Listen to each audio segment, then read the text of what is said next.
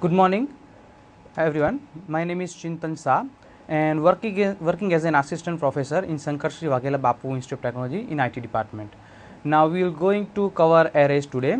In array we will see how to declare, how to initialize an array, and what is a one dimensional array, what is two dimensional array. That we will cover in today's lecture. So we start with the arrays. What is array? So we will use the first concepts. So what is an array? So till to last chapter we use a fundamental data types such as character, integer, float, double, string, whatever the things. Now what was the problem with these fundamental data types? Those data types can hold only single value at a time. Now what we'll achieve with the arrays, that we'll need to see in what is the requirement of an array. Now in such cases it happens we need to use multiple values. So it is convenient to hold a group of data items by unique variable instead of declaring the number of variables. Now such an example, student marks. So we are considering 6 subjects. So rather than declaring 6 different variables, we can use only one variable, and by the one variable we can use this students marks. That we can do with the array. So rather than declaring individual variables, we can use one variable, and inside the one variable we can differentiate. That we will see today in array. Okay. Now what is an array? So that we can say can be defined as a collection of variable of the same data type that are referred through a common name. Okay. So what will happen here? So we will declare only one name, and we will mention how many size we need to use in as a one array.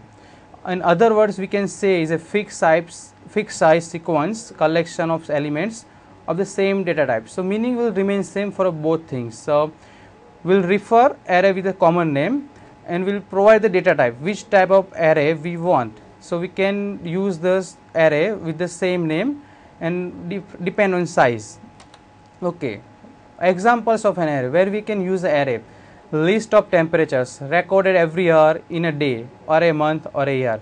So what will happen if we using a single variable, just suppose integer or float?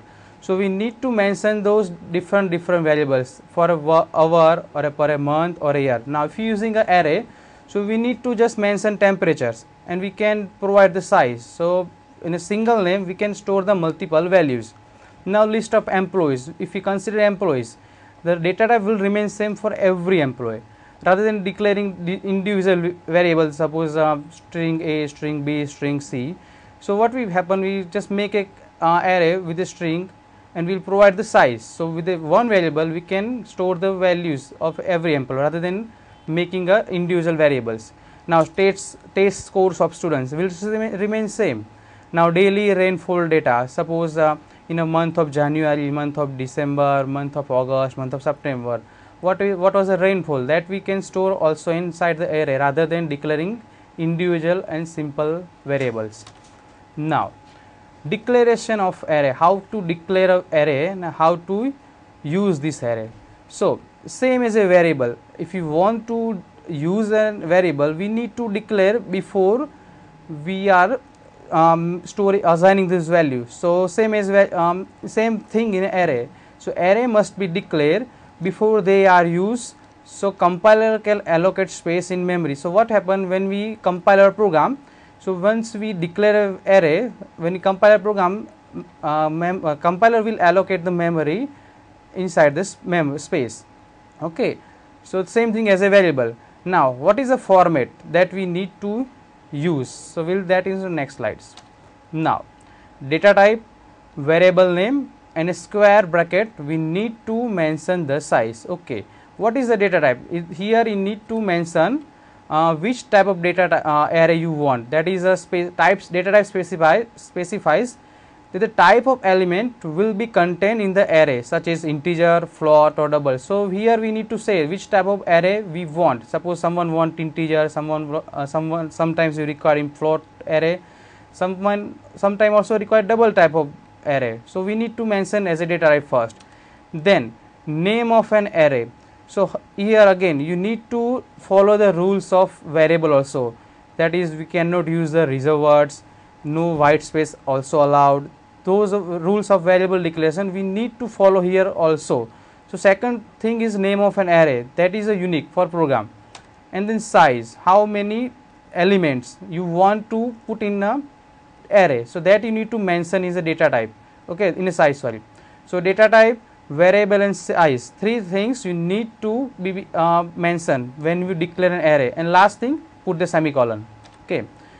So how we can use the arrays? This here is simple example. Now I want to represent set of 5 numbers, 3, 5, 8, 2 and 10. So here we can see this all the numbers are integer, okay. So simply we can consider that is an integer array. So we need to mention data type first, integer, then name of array, that is I am saying here is number, in a square bracket the size of an array, that is I can say here 5. So three things, data type, name of array and size. So data type is here integer, name of an array is number and size of 5, okay. So how what's happening when I declare integer, number and size? So when you compile your program, computer reserves 5 storage location inside the memory. So initially that is number 0, okay, that will be blank at the moment, okay. Then number 1, number 2, number 3 and number 4, okay. So 5 size. Now please understand, now in array first element at position 0 and last at size -1. So here if we go and look in previous slide, so size of array is 5, okay, good.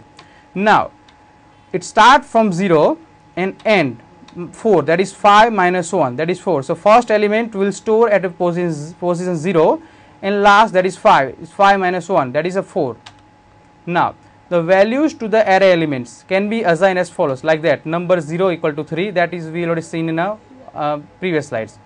Number 1 equal to 5, number 2 equal to 8, number 3 equal to 2 and number 4 equal to 10. So that is a 5 different elements inside the array we will store now, okay. So number 0 equal to 3, number 1 equal to 5, number 2 equal to 8, number 3 equal to 2 and number 4 equal to 10. So how it will be assigned in memory, okay. So this would cause the array numbers to store the values as shown below. Now number 0 equal to 3, that will be now in memory, number 1 equal to 5, number 2 equal to 8, number 3 equal to 2 and number 4 equal to 10. So that will be now in memory, okay. Now that is the declaration of array. Now how to store elements in array? Now an array must be declared and defined before it can be used, same as a variable. Now if we want to assign a value or store a value inside the variables, we need to of course declare and define the variable before we are using. So same thing in array, we need to declare and define array before we are using, okay. Now array declaration only reserve the memory for the elements in the array, okay. When we declare array, we are not storing actually value, but we are just declaring a array, so that will be reserved in memory, okay. So no values will be stored. Now how we can store a values inside the element or inside as an array, okay.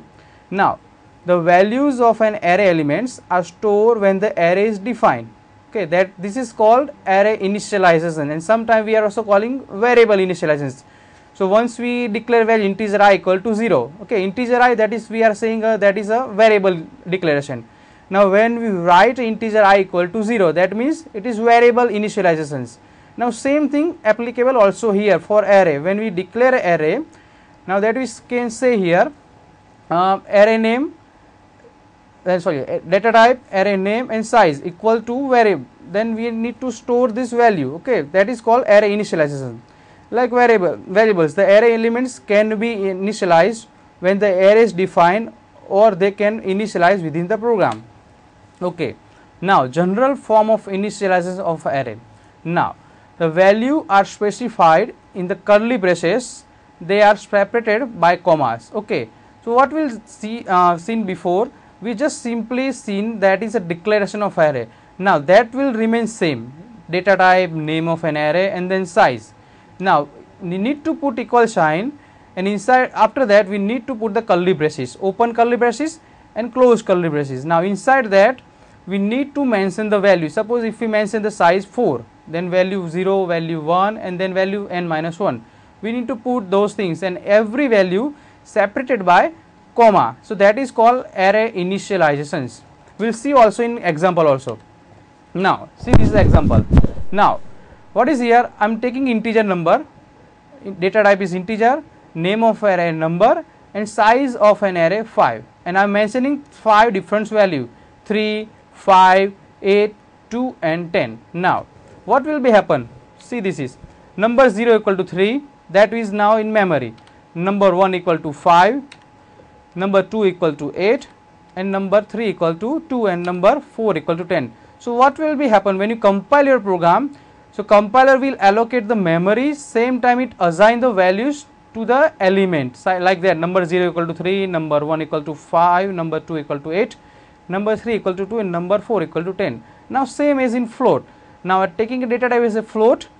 Now data name of an array of marks and size 5 again. So I am assigning 5 different values, 5.5, 2.5, 7.5, 8.5 and 9.5. Now if you go and look, each and every value separated by comma, and it is enclosed in curly braces, that is called array initializations. Okay, now say mark 0 equal to 5.5, mark 1 equal to 2.5, mark 2 equal to 7.5, mark 3 equal to 8.5, and mark 4 equal to 9.5. Now again I am reminding you, now array will start from the 0 indices, that called index, or we can say also subscript.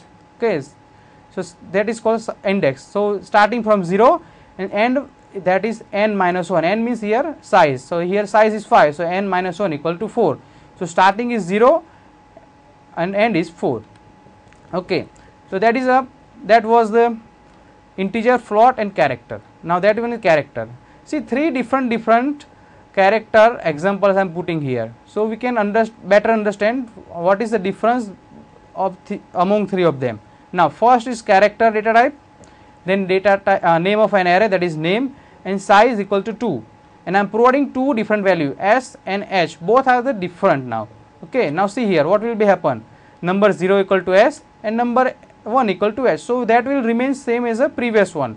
Now since we can say a little bit difference here in the second figure, character, that is data type of an array, then name of an array name, and then size of an array equal to 2. Okay, and what I am doing here, I am just providing sh in double inverted comma.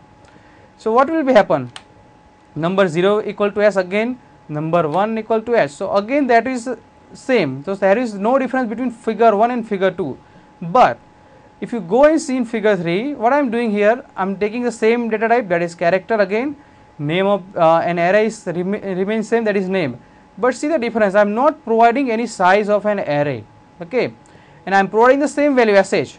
Okay, so what will be happen here, if I am not providing any size, the number is 0 equal to 1, name 0 equal to s, name 1 equal to h, and name 2 equal to, now that is a null character. Okay, so that is a difference. If you not providing any size inside the array as a array, so compiler will automatically put the null character as a last elements. Okay, that is the difference. So figure 1, 2 and 3, if you find the difference, that is the only one things. So that is character, name 2, that is we are providing in single inverted comma, in second we are providing the double inverted comma and value as a string, and third is as a, we are not providing size. If you are not providing a size, so what will be happen, the compiler will put the null character as a last element, and that will be shrinkable. Okay, now that was the difference that we already discussed. Okay, in first 2 figure array size is 2, but the size of third array is unspecified. Okay, in third figure, because of the null character which is automatically added at the end of the third string. Okay, the third figure is most commonly used. So what we can see here, we are recommend to use the third figure rather than specify the size. Okay, now once we declare an array, once we initialize an array, how to access and processing an array elements. Okay, so once the array is declared and defined, then how the individual elements of the array can be accessed. Okay, now the subscript in the square brackets indicate the position of element in the array. Now we can say here also index, not just subscript. Okay, we can say index, we can say subscript. So square bracket indicate the position of an array. Okay. Now important points before we access the elements from the array. Now array is a collection of variable of a same type. Okay, that we discuss array. Now subscript in square bracket is used to indicate particular elements in the array. Now if you want to access the second positions, okay, of an array, so what we need to do here, we need to name of an array, and the square bracket you need to mention the index. We will see also in a example later on. Now the first element in the array is number 0, that we already discussed. So array always start with 0 positions, and the last element is less than the size of array. Suppose your array size is 5, so last in elements, that is 5 minus 1 equal to 4. Now array of character is known as a string, and it is ended with the null character, that we already seen. Now an array elements are always stored in contiguous memory location. Now example first, define an initialize array and print an array. Okay, that is a first example. Now see, we will write everything inside the main function at the moment. So at the moment I am not putting the header files, that is hash include standard input output h and hash include console input output that we need to consider. Okay, now we will start the void main function, void main, and then we are not passing any arguments, so we just providing a blank brackets and then start with the curly braces. Okay, now see, that is integer data type. We are using a name of an array A, and data type is will remain integer. Okay, so that is we call the declaration of an array. See, this is array declaration and initializations. Okay, so integer is data type, name of an array A, and square bracket, though here we are not providing any size. Okay,